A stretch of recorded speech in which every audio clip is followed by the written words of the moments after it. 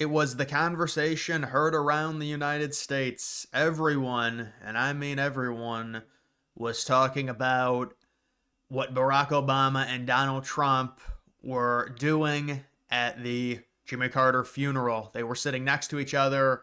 You can see Melania's right there. Michelle Obama wasn't there. There were some other moments with Mike Pence and Pence's wife not acknowledging Trump. You also had the Clintons there. You also had Kamala Harris give Obama a weird, angry look because Obama was talking to Trump, and then Obama stops. And people are wondering, there was a moment where Trump was talking to Obama. Obama initiated the conversation, then Obama laughed. What were they talking about? And also, what about all the fake, oh, Trump's the worst thing ever. He's worse than Hitler. It's going to be World War III. He's going to destroy democracy. There's not going to be an election in 2028. And we've got Obama.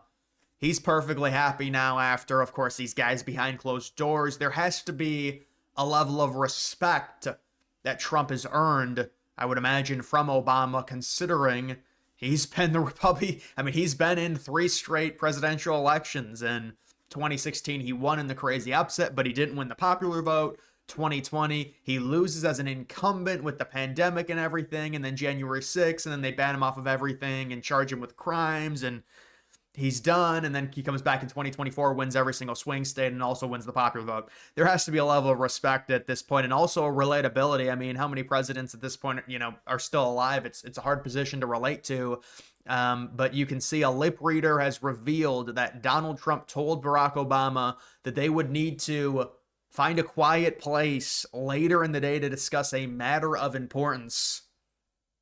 Oh my goodness, I think Trump is going to propose to Obama. And then at one point, Trump leaned towards Obama and said, I've pulled out of that. It's the conditions. Can you imagine that? So he's referencing NATO. No, I'm kidding. He's referencing the Paris Climate Accord. No, I don't know, honestly. Obama laughed and Trump added, and after I will. So he's talking about pulling out of some type of agreement or something.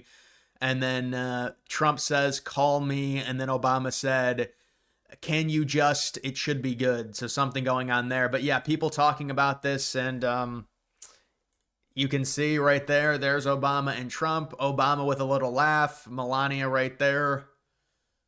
Bush just looking clueless. Bush gave Obama a little tap on the chest. And then this is what Trump said about it. This was later in the day, Trump reflecting on the little conversation. What were you talking to Barack Obama about? It did look very friendly, I must say. I didn't realize it. I didn't realize it, how friendly it looked. I saw it on your wonderful network just a little while ago before I came in, and I said, boy, they look like 2 people that like each other, and we probably do. We have little different philosophies, right? But we probably do. I don't know, we just got along, but I got along with just about everybody on that. We met backstage, as you know, before we went on, and I thought it was a beautiful service, but we all got along very well, which is good. So Trump, that's a common thing he does, talking about getting along with everyone. Same thing with the foreign leaders. It's no different. But yeah, it's very obvious the takeaway with this whole thing, Obama hating Trump and everything. I mean, these are all very elitist type people. And so there is going to be a level of respect for each other. And so here you've got Kamala sitting with her husband in the front row. She's still the VP. And she turns her head and notices Obama has started a conversation. She must have heard maybe, like a muffled conversation. And she's like, no way, they're actually talking. And then she sees Obama talking to Trump. She's not too happy about it. She's not happy at all. By the way, how useless is this? What led to Trump-Obama talk? Why set aside political right? Oh my goodness. This AI stuff, man. You gotta get rid of this. Come on.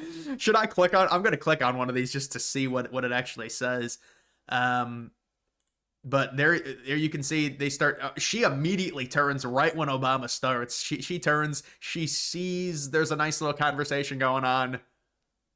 Oh, she's not happy. Oh, she is not happy at all. Oh, that is a dagger. That is a dagger. Wait, what is this? Let's take a look at this. What does the AI say? interaction between Trump and Obama occurred, maybe it is. Maybe it is useful. And then you've also got Trump sentenced with unconditional discharge in New York City hush money case. No jail time, no fine, no punishment other than being branded as a convicted felon. And so, yeah, what this will amount to, number one, doesn't this kind of destroy the whole Democrats narrative where it's like, oh, Trump can do whatever he wants. The Supreme Court is on his side. They're going to let him do everything. Well, didn't they deny to delay Trump's sentencing, which enabled him to be confirmed and branded a convicted felon? But they I'm sure they don't care. But isn't that, I mean, it's just so hypocrites. It's like the Supreme Court allowed that. They denied Trump the delay on the sentencing.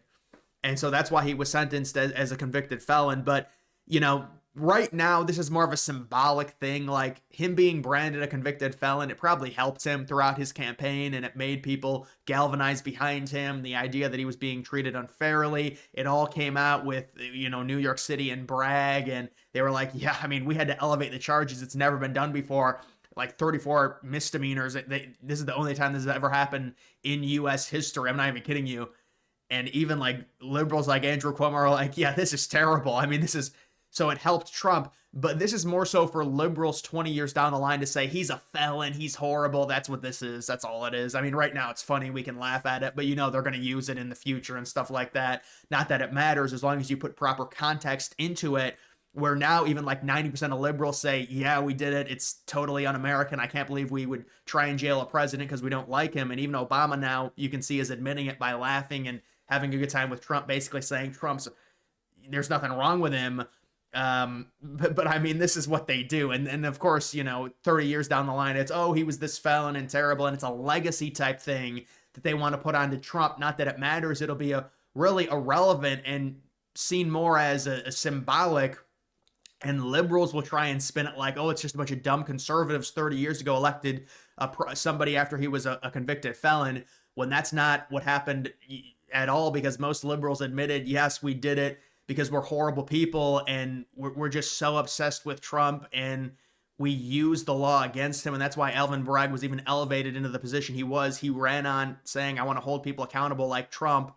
And so they put him in that position, and it was a liberal precinct with 95% Democrats, and the jury's like 95% liberal. And they're like, just find, you know, it was three different things that they all kind of conjumbled together. You don't have to agree on every charge, just three different things so we can kind of finagle this and get this charge. And they're like, oh, now it's a felon. It's like they combined like 15 different crimes that are all misdemeanors, and they like elevated all to a felony, and they expect everyone just to believe it. So it's all total crap. But that's really what happened with that case, and it's really sad. And now even, I mean, many independents are like, yeah, I mean, you can see what happened. I mean, Trump, he won every single swing state. He won the popular vote. He won everything. And it's really remarkable. So them keeping the felon tag on Trump is not going to matter. It's more of a funny thing, like, you know, considering it didn't help, it actually hurt the Democrats. But it's more of like 30 years down the line, they're going to try and use that against him. You've got Obama acting quite friendly to someone he pretends to despise. It's almost like Trump isn't really that bad. Well, these are presidents. They can be relatable. Let's be honest. These are elitists. So there's going to be a level of relatability there with Trump and Obama. But it is hilarious how disingenuous it was with Obama trying to campaign against Trump. People saying that Obama lost so much. They lost so much respect for him because he was saying things that were blatant lies, kind of the smears against Trump, talking about how he was going to straight up ban abortion, no exceptions, which was just not true at all. And that's something that a lot of liberals started to say because it's just a strategy, get it in people's heads.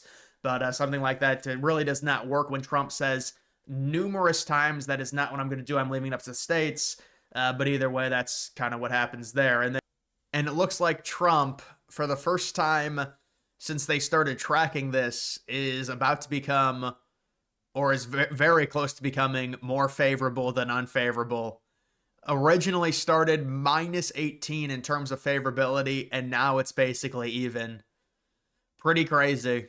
And I would imagine Trump would start out with maybe like a +5 or a +6 approval rating when he gets in. He's going to have a nice little honeymoon there. And if he can end the Russia-Ukraine war, really, no matter, I mean, obviously there's going to be a swing. They're going to say, liberals are going to say he appeases Putin, but I do think overall the majority, especially independents, are going to like that. If he says and now you've got Zelensky coming out saying it's over, I'm done, we're going to work out a peace deal with Trump coming in. And I think his approval rating might go up to 62% if that happens. And that's going to give him a lot of momentum going into his presidency if he's able to end that war within like the first 4 or 5 months into his term there. But either way, guys, that is going to do it for this video. Make sure you follow me on X. Link to that's always in the description.